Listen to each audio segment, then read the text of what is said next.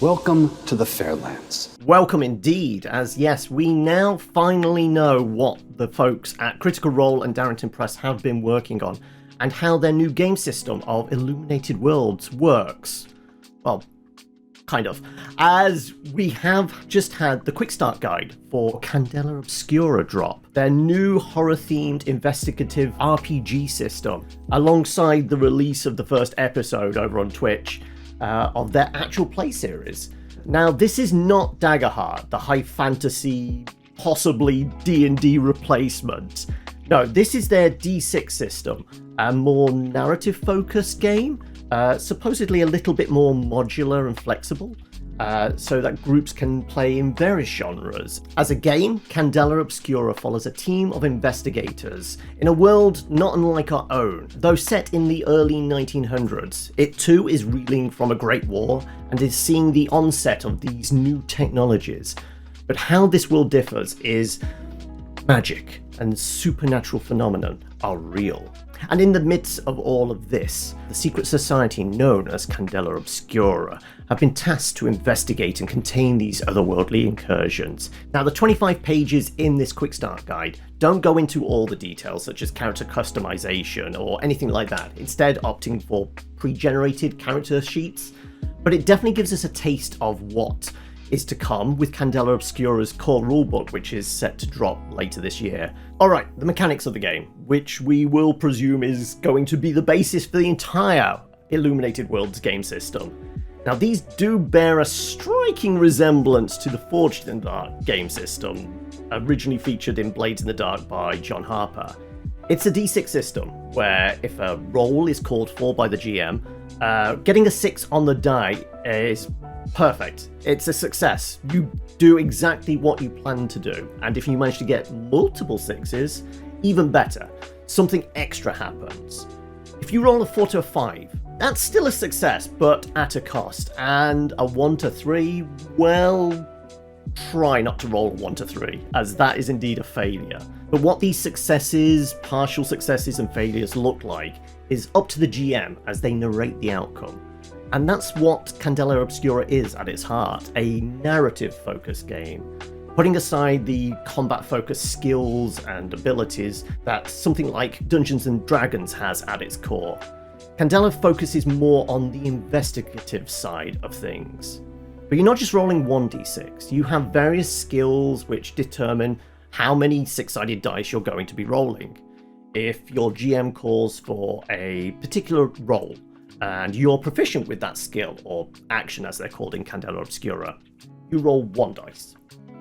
If you have 2 points in that action, then you get to roll 2 dice. If you have 0 points in a skill, then at that point you roll 2 dice and pick the lowest. Think of it kind of like rolling with disadvantage in D&D. But you can also add to these dice pools by pulling from a replenishing pool called drives. There are 3 drives in total: nerve, cunning, and intuition. How many points you have in each of these dice pools, these drives, is determined at character creation. So say you have to make a skill check to sneak past a guard. Your GM may ask you to make a hide roll. That's alright, you have 1 point in hide, so you roll 1d6. But maybe it's critical that you get past this guard. Well, okay, you have 3 points in the associated cunning drive. You could burn a couple of those to add 2 more d6 and pick the highest. Right, you rolled your 3d6, they've all whiffed hard. It's not all over. You do also have rerolls at your disposal in the form of resistances. For every 3 points you have in an appropriate drive, you get 1 point of resistance, and it allows you to reroll one of your dice. Presently, it seems like, at least on watching the first episode of Crit Roll's Candela actual play, the only way of recovering these resistances is using the group's shared pool of resources at the end of a session. These are normally used to decide whether you're going to patch somebody up or replenish drive or gain an advantage next time, but the actual play document quick start guide doesn't go into a lot of detail on this. Though one thing the quick start guide does explain is how to recover drive points during a game session. Do this by using a gilded die, which is normally denoted by a little diamond. These are d6s tied to a skill or action you're very adept at. And the way these dice are mixed into the dice pool reminds me a little bit of the hunger die in Vampire the Masquerade. But anyway, if you swap out one of your normal dice with your gilded die, roll that and take its result, whether it's good or bad. Do so, you can recover 1 point of your drive. This is a very simple, very elegant way of recovering this pool of reusable dice. But you don't just have to use drive points on yourself. It seems like you can burn drive points to aid an ally. So go ahead and make a focus test for me. How's your focus? How's your focus? I got 1. So that means I roll how many again? 1 dice. 1 dice. Shit. You know what? I'm gonna give you some help. So 1 drive from you? Or? Okay. We that's need 3 this. dice. This is super helpful. Anyway, that's all the dice handle. Well, almost. It does seem like Illuminated Worlds, or at least Candela Obscura, is one of those games where the GM never actually rolls any dice. Next up, we have the skills and attributes of your character, and I really like this. It's broken down into just 3 main attributes: nerve, cunning, and intuition. And each of these subsequently is broken down into another 3 actions.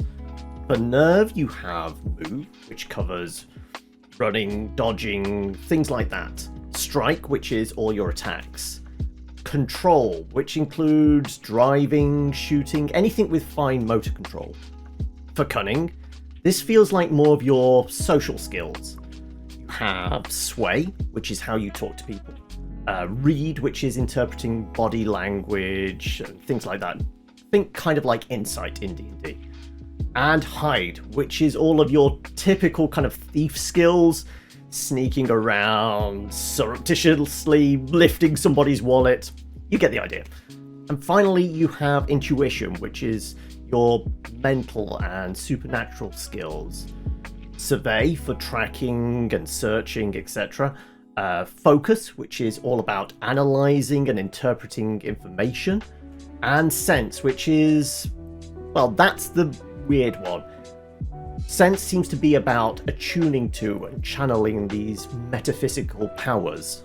How many dice and points you have in each of these skills is ultimately decided by what kind of character you're playing. Once again, the Quick Start Guide doesn't give you character customization as such, just the pre-gens. But we do know there are 5 main roles. You've got Face, Muscle, Scholar, Slink, and Weird. Each of these has a couple of specialties. For example, one of the Scholar roles is the Professor. This is the role Robbie Damon's playing on the show with his character Dr. Howard Margrove. Doctor of... Of philosophy, actually. Professor excels at intuitive abilities like survey and focus, able to roll 2 dice on skill checks to analyze information or search for clues. They can also lean heavily on the fact that they have 4 points in the intuition drive, which means they can add more dice or a point of resistance even, should they need to re-roll. And their focus is one of their gilded actions, which you can tell by the little diamond symbol, so they will likely be regaining a lot of intuition drive whenever they recall historical facts or comb through some ancient tome of some long-dead language. What the Professor is not good at is something like Strike, which they will always be rolling at disadvantage, and have very little drive to add more dice to the situation, and definitely can't re-roll as they don't have any resistances in the nerve ability. Another thing that all the characters have are unique abilities. The Scholar's well-read, which means they have a chance to get back intuition points anytime they fail an associated roll. And the Professor can actually trade intuition drives to prevent themselves taking mental stress with their Steel Mind ability. I'm intrigued though to see if these roles are mirrored in or added to in the wider Illuminated Worlds game system. Are these just what we're getting in Candela Obscura? Will we get reskinned ones or something completely different replacing the character roles when you play an Illuminated Worlds game in the modern day or the Old West or maybe even in space? Space! Critical Role's own video on how to play the game does a better job of breaking down the layout and how to run your character from your sheet. But if you would like me to take a deeper dive on how to set up the sheet and the different character roles, do let me know in the comments below. One last thing I would like to chat about whilst we're on the topic of character sheet and points and everything else is how the game is handling damage and trauma and stress and all that kind of thing. Once again, we are back to the law of threes as we get 3 marks in body, brain and bleed. If you take a physical injury, mark a point off your body. Some kind of mental trauma, mark a point off brain. Affected by the weird magics of the world, that's bleed. Fill up all 3 ticks in one of these categories, you take a permanent scar. Though doing so isn't the end of the world. Taking a scar does allow you to remove all those pips out of whatever mark caused you to take a permanent scar, but you do have to shift a point from one of your proficient skills to something completely different. This plays out narratively in the game as a reflection of the event changing your character on a very base level. Also, taking a scar does knock you out for that scene, and your fellow investigators will have to do something to recover your body or wake you up or something. That said, if you're at 3 scars and you take 1 more, that's it. You're done for. You're out. I do like how this is handled. Taking these traumas does change you in a very noticeable way, but it's not the end of the line. It's not like losing your sanity in Call of Cthulhu. Anyway, that's the nuts and bolts taken care of.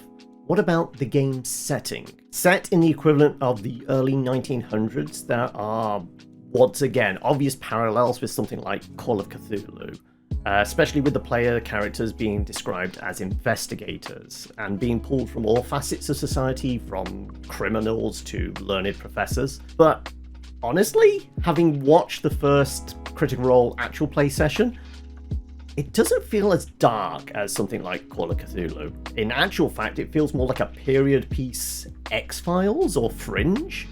And obviously, we're not looking at a sword and sorcery type game. It's a very grounded human world. The technology, architecture, style is all very reminiscent of early 20th century London or New York. There's still this mix of horse-drawn carriages with these new motorized conveyances. You have gas lamps slowly being replaced by their electric counterparts. It's all very familiar, but under the surface, something is changing. There's magic, but it's not the kind of magic we're used to in a game like D&D. There's no level 5 wizard hurling a fireball. No, this is a little more like an Aleister Crowley-style cult leader performing some diabolical ritual, or some entity from beyond the veil, killing innocents in bizarre and unexplained ways. The whole weird supernatural element to this game and the Lands of Hale is a result of something called the Flare, a barrier between this world and the world beyond, thinning in places, allowing magic and monsters to seep through. As this happens, strange phenomena occur, and certain groups do their best to control or exploit these incursions. Again, this all makes me think a little bit of the TV show Fringe. The Quick Start Guide does have several pages talking about the world, its history, its political structure, the various districts in the city of New Fair, and in fact, there is a whole pre-written adventure module, or assignment as they're called, in the back of the PDF. All great stuff for a GM just wanting to jump in and have some of the world building taken care of for them. I also like the details on some of the factions in the world. We have, of course, Candela Obscura itself, a secret society trying to hold back the dangers of the Flare and protect the world. Broken into separate cells or circles, they are headed up by former veteran investigators called Lightkeepers. These individuals are on hand to dish out assignments to the new group, like a NPC quest giver with an exclamation point above their head. But they are also a point of contact for the organisation and a source of handy information. Think kind of like Giles in Buffy. We also have other groups like the Esoteric Order of New Sciences, an opportunistic element trying to meld science and the occult in a form of exploitation, shall we say. And then there's the OUP, or Office of Unexplained Phenomena, that give me big Men in Black vibes, or even the Bureau of Control from the Remedy game. This is an underfunded bureaucratic arm of the government trying to cover up and suppress the truth, and just happen to be carting away all the evidence as well. They do kind of feel like some of the antagonistic organisations in the World of Darkness games, like the Special Affairs Division or the Society of St. Leopold. Also, looking through the sample adventure, it does do a good job of laying out the framework for a session, or assignment as it's termed here. It essentially breaks down into the hook, which is where one of these phenomena occur. The arrival is where the investigators explore the immediate aftermath of one of these hooks, or their lightkeeper gives them their assignment or some information. Then we move on to the exploration phase, where the investigators piece together clues or begin following leads. The escalation, where twists occur, genuine peril begins to rear its ugly head, and the true power and horror of these supernatural elements begins to impact on the group. Then the climax is what you would imagine, where the group finally faces down the darkness, both literally and metaphorically, capturing the ghost, closing the rift, stopping the ritual, whatever it may be. And then we finish with the epilogue phase, where the group determines how well they did on their assignment by answering a few questions like, did they contain or destroy the source of bleed? This in turn essentially determines how much XP the group gets, and it is the group as a whole that levels up, not, strictly speaking, individuals. As the group or circle advances, this is what grants them some perks, but also resources which they can then decide how they want to spend, whether it's an advantage next time or some extra dice for an action, or maybe more appropriately, shall we patch up one of our wounded investigators and recover some lost drive points. If you'd like me to take a deeper dive into how an assignment plays out or what happens afterwards, let me know in the comments below. And if you're thinking of running the game yourself, do take a look at the quick start guide. I will of course leave the link down below as well. Alright, in conclusion, I definitely think this system lends itself very well to one-shots and short episodic campaigns. It's kind of perfect for groups that can't get together regularly, as you can potentially swap people in and out. I do think it borrows heavily from other game systems, but that's not a bad thing altogether. Like how the D6s are pulled straight from Blades in the Dark, which personally I really like. You have the circles, and how they operate is very similar to how the coteries work in Vampire the Masquerade, or I guess more appropriately for this, the cells in Hunt of the Reckoning. And obviously the setting and tone, it's very hard not to see similarities to kind of Lovecraftian Call of Cthulhu stuff, but like I said, I don't think it's as dark and grim as that. It feels a little bit more like maybe Monster of the Week, and honestly, I think it's just going to be a very easy system for new players and established groups just to pick up and play. It's very easy to learn, it's just D6s, that's all you have to worry about. There's no modifiers, it's way less number crunchy.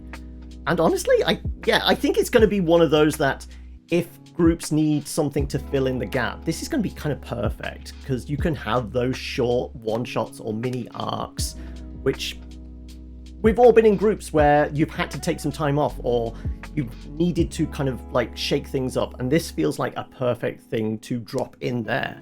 Anyway, that's my initial take on it all. If you would like me to take a deeper dive, like I said, let me know in the comments below, and whilst you're down there, hit the like button, subscribe, ring the bell, and YouTube should let you know when new videos go out. Alright, till next time folks, you all take care.